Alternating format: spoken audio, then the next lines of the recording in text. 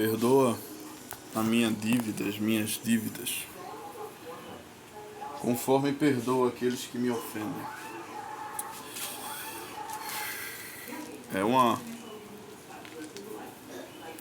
É a parte da oração do Pai Nosso que vamos meditar hoje. Não tem muito que ser meditado. É uma das partes mais óbvias, que não vai exigir que a gente olhe tanto para o texto, para o contexto histórico, para o contexto interpretativo, cultural, né? Que nem foi a do pão. Do pão ficou tão complexo. Enfim, falamos sobre o Pai Nosso, falamos sobre o Pai Nosso que estás no céu, o que é como santificar o nome dele, o que é o nome. Que venha a nós o teu reino, que seja feita a tua vontade, assim na terra como no céu. O pão nosso de cada dia, o pão nosso do amanhã, provavelmente nos dá hoje. Agora estamos aqui. Não perdoa as nossas ofensas, assim como nós perdoamos aqueles que nos têm ofendido. Ou perdoa minhas ofensas do mesmo modo em que perdoa aqueles que me ofendem. Dá pra orar desse jeito também. Fácil. Seria até melhor traduzido. Novamente. É outra parte do Pai Nosso que faz nos considerar quem estamos sendo diante de Deus. É aquilo que precisamos ser diante de Deus, é aquilo que precisamos ser diante de Deus e diante dos homens, diante do mundo natural. Qual é o nosso papel entre um estado e outro? Novamente, outro ponto do Pai Nosso. Consideramos a pessoa divina, consideramos nossa situação e consideramos, em nome dessa relação entre mim e Deus, o que eu devo ser diante do todo. Tecnicamente isso. Mais uma parte do Pai Nosso que implica isso. Perdoa as nossas ofensas assim como eu perdoo aquele que me ofendem, aquele que me deve. Perdoa as minhas dívidas assim conforme eu perdoo aqueles que me devem. Eu gosto até da ideia de dívida também, mas não acho que seja um perigo, ofensa, dívida e tal. Na verdade é um estímulo para os dois. Mas a ideia de dever, né? O outro realmente deve, é até justo. O outro tem uma parada que você realmente pode consertar com ele se quiser, mas você cede. Você se permite ceder, né? Então você passa por cima, você olha, você não me deve mais nada. Eu acho que legal isso. Ceder, você se deixa perder. É legal isso, se deixa perder. O outro se deve. O outro te deve. Você realmente tem seus direitos com aquilo que perdeu. Mas você se deixa perder. Você se deixa ceder à situação. E é legal com a palavra perder. Agora eu não vou nem ser do grego, do hebraico, da possibilidade do pensamento em aramaico. Mas é engraçado como essa palavra perder tem uma familiaridade. E eu estou sendo de propósito, que não apenas uma familiaridade. Com a palavra perdão. Né? Quando a gente fala perjúrio, quer dizer que é um pesado, um completo, um suficiente.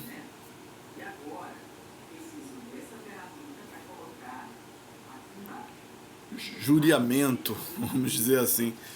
Quando a gente fala assim, eu perfeito, tô dando um exemplo. Perfeito, algo feito, algo realizado, algo completamente realizado, ou seja, não precisa de mais nem de menos, algo que é suficiente por si só, né? Você não acrescenta e nem tira. Perfeito, né? Perjúrio, algo do tipo, e a palavra perdão. Você associa com a palavra de perder ou perdoar, vem do completa, doar, dar, ceder, entregar. Toma, é teu. Não preciso disso. Enfim. A gente, quando peca contra Deus, Deus tem todo o direito de vingar, de nos julgar, de nos fazer cair. E quem é que não peca, né?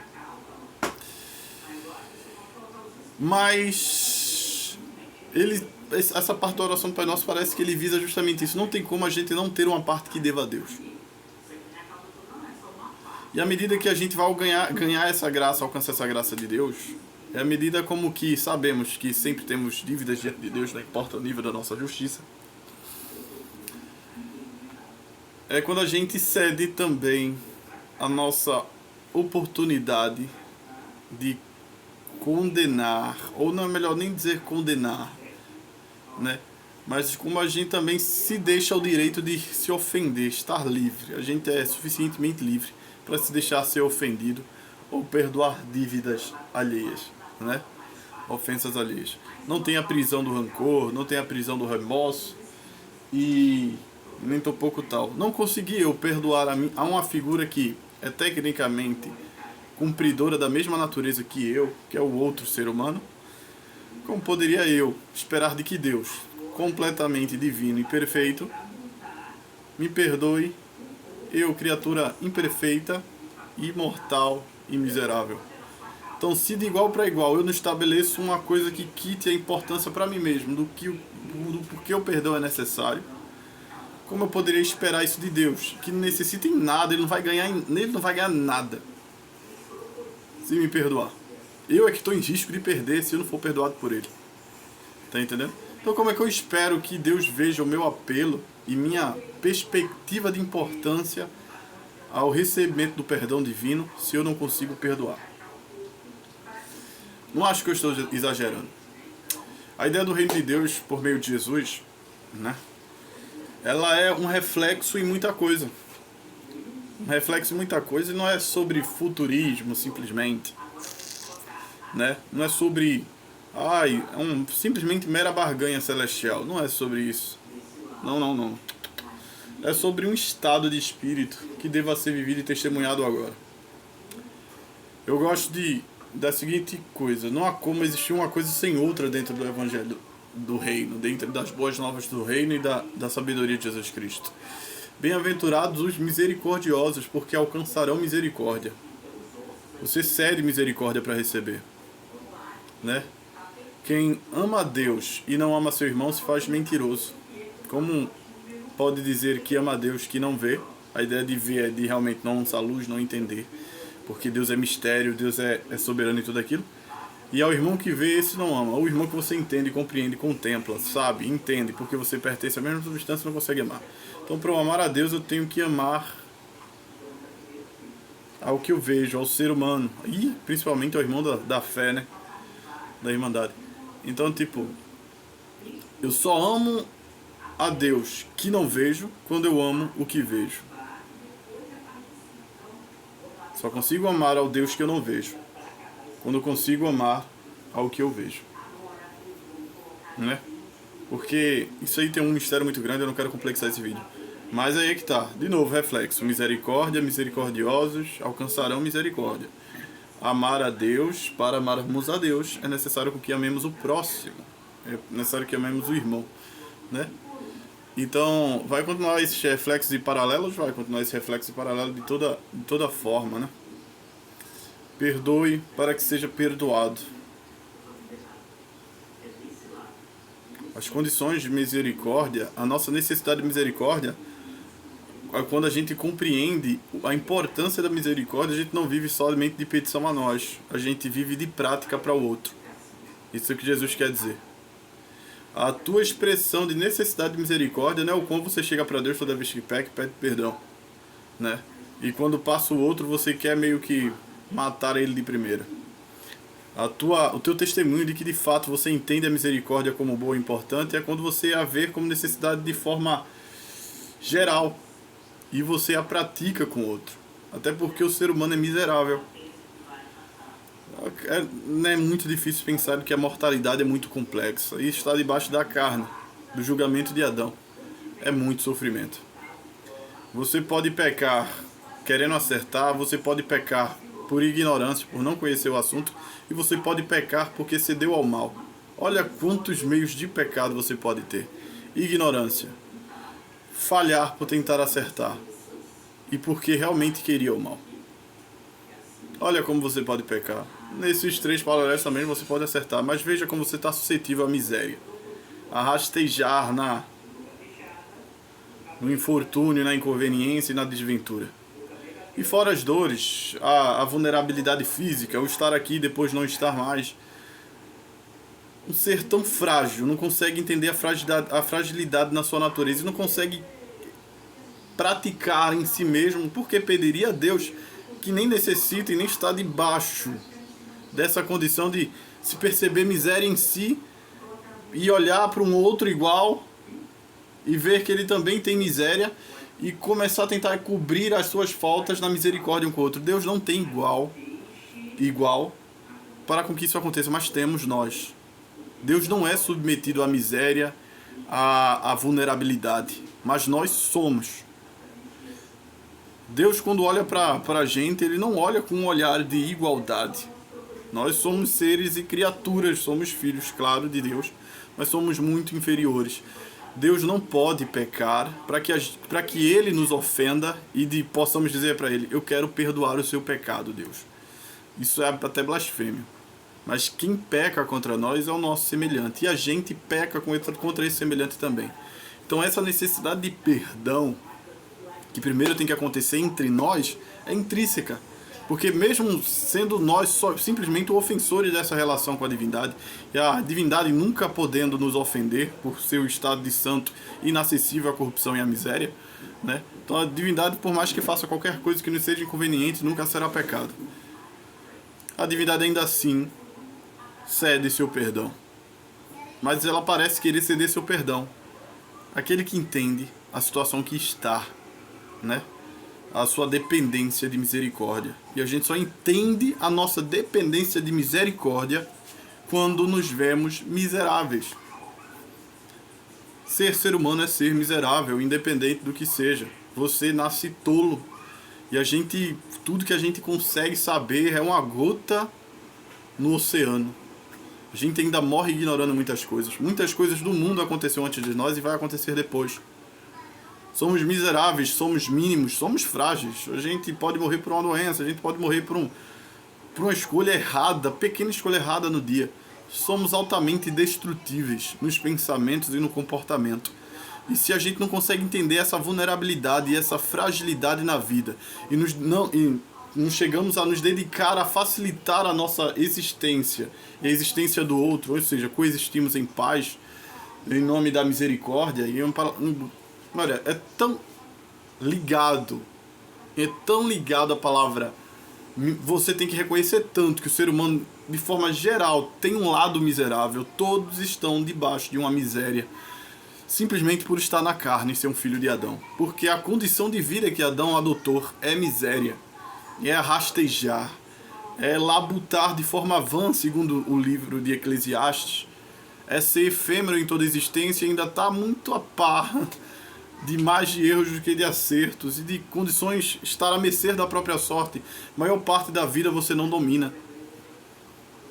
Maior parte da vida não é simplesmente o que você faz dela com ela, é o que a vida faz de você com você.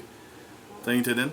Então a maior parte daquilo que a gente não domina é o que também é a parte da que a vida faz conosco. Então temos misericórdia a vermos que a catástrofe que acontece com o outro está à mercê de mim. E quando acontecer comigo, o outro também veja. E entender essa miséria é necessário para que a gente compreenda a misericórdia, estabeleça a misericórdia. A palavra misericórdia, vou falar logo em português, a gente vê que vem do... Não sei se é... Porque latim e grego tem uma familiaridade pelo povo que associou a língua, né? Os romanos falaram tanto uma quanto outra. Mas misere vem de miséria. E córdia, cárdia, vem de coração. Coração.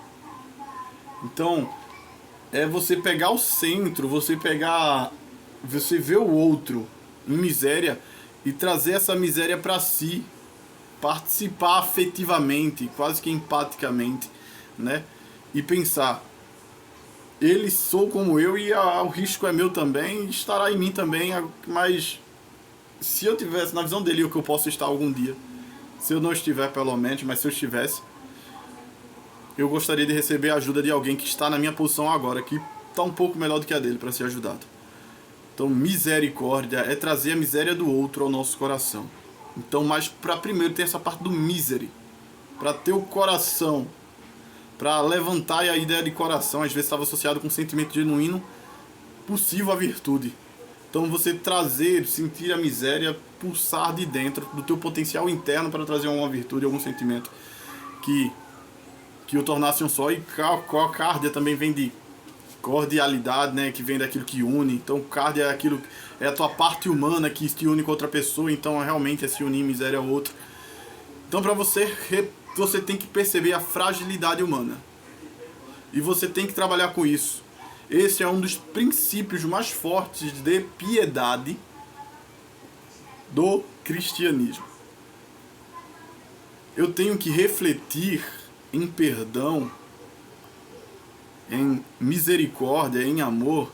Se eu quero justiça do Pai, devo eu praticar justiça em terra. Se eu quero amor do Pai, agora vamos falar o seguinte, que vai parecer isso. Mas Deus amou, olha cara, saiba separar as coisas. Deus ama de fato, mas há filhos que fazem mais por esse amor, se relacionam com esse amor dele, e outros menos. Se você quer o amor do Pai, se prepare para ser amor, né? Quem doa recebe. Melhor é o que dar do que aquele que recebe. Então, se você quer receber amor da divindade do Pai, você deve amar. Se você quer ser perdoado e ter uma vasta gama de perdão derramada de graça e misericórdia do Pai, se prontifique a ser perdoador e a ser misericordioso, né? Se você quer que o Pai passe sobre as suas ofensas, lhe perdoe, seja Pêssar, seja Páscoa, passe por cima das suas ofensas, lhe perdoe, então se prontifique a passar por cima das ofensas alheias. Se permita ser ofendido, por que não? Deus que por si só não precisaria ser ofendido por ninguém, muito menos por criaturas tão inferiores que somos nós, seres humanos, por amor de nós, Ele nos cede perdão. Criaturas inferiores, em que Ele não é beneficiado com nada, Ele é completo em tudo. Mas nós que somos faltantes uns com os outros, não percebemos a nossa miséria e olhamos mais com um olhar de destruição do que construção com o outro. Mas quando acontece um olhar de destruição às nossas vidas, lamentamos e choramos e pedimos misericórdia a Deus. O que gera um pouco de hipocrisia, e parece que a oração do Pai Nosso está de olho nisso. Fala assim, olha, por mais que se realize aquilo que você acha que é misericórdia, da vingança daquilo que tu pede, você vive genuinamente de forma destrutiva quando se trata de vingar o outro. Então cuidado, você pode ter resposta, mas talvez não seja divina assim não. Em algum momento você haverá de prestar contas com isso. Se você quiser se inspirar em misericórdia, lembra do autor da fé, que quando crucificado se feito maldição no madeiro, se vendo abandonado pelo Pai, citando aquele salmo, né? Se vendo, mas ele estava citando o salmo, né? Também para a fortificação da nossa fé. Olha para a gente, ele não tá, essa parte do perdão não. Ele olha para quem o estava crucificando e fala, perdoa-os, eles não sabem o que faz. Nós temos que entender a nossa miséria humana, que maior parte da vida não sabemos o que estamos fazendo. O que nos faz entender, às vezes, estar realmente em dominação total da nossa vida é simplesmente uma soberba vazia, sem sentido. Basta um tremozinho de vida que a gente percebe que não temos em controle nada. Sermos misericordiosos é reconhecer a nossa dependência da bondade divina e também a nossa fragilidade, mediante puramente a nossa humanidade. Nascer humano carrega uma miséria por si só, né? Então é tentar considerar a Deus como intocável, como que não precisa ser completado por nós, como aquele que é genuíno, aquele que espera de nós alguma coisa, aquele que é elevado está ali, e perceber que nós estamos na parte de baixo, submetidos a todo tipo de mal, e trabalharmos, usar da referência do perfeito para nos aperfeiçoarmos, usar da referência daquele que é fonte de vida para nos curarmos. Então só um instante, no barulho da moto ali entrando no terraço. Então que a gente fique com essa meditação. E você, seu miserável? Aquele que nega a misericórdia é aquele que mente para si mesmo e de alguma forma acreditou no grau de soberba que não consegue enxergar mais o seu lado de miserável na vida. Não importa se você é sábio, se tem dinheiro. Não importa se você é bem-sucedido ou se você está pedinte na rua.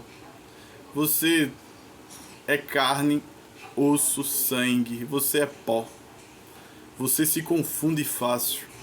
Você é escravo de dependências de certas coisas. Talvez não as mesmas coisas que os outros, mas você tem seus senhores sim. Você também está suscetível a falha a qualquer coisa. Você também desonra a vida das suas maneiras. Você também vai, de certa forma, de algum modo, morrer com muito arrependimento de não ter feito o que é correto. Você é miserável, em um ponto que não consegue enxergar. Talvez os misericordiosos não são soberbos por causa disso. E se ensoberbecer, eles estão errados. Se eles se tornarem soberbos, estão errados. Porque, no fundo, eles só tentam curar uma ferida que descobriram em si. E que sabem dessa ferida porque eles carregam em si mesmo a ferida de ser miserável, de ser frágil, de ser humano. Se você não se ver com essa ferida, ou você já transcendeu, não é mais carne, ou você já transcendeu, não é mais humano, e nada precisa de aperfeiçoar, nada precisa de ajuda, nada precisa de companhia. Sinto muito. Ou você realmente é o que eu estou dizendo aqui, transcendeu, ou você é o pior dos loucos e dos cegos e desfavorece a própria existência e desfavorece também a existência dos outros. Você é uma confirmação fracassosa daquilo que não deveria ser conveniente a existir.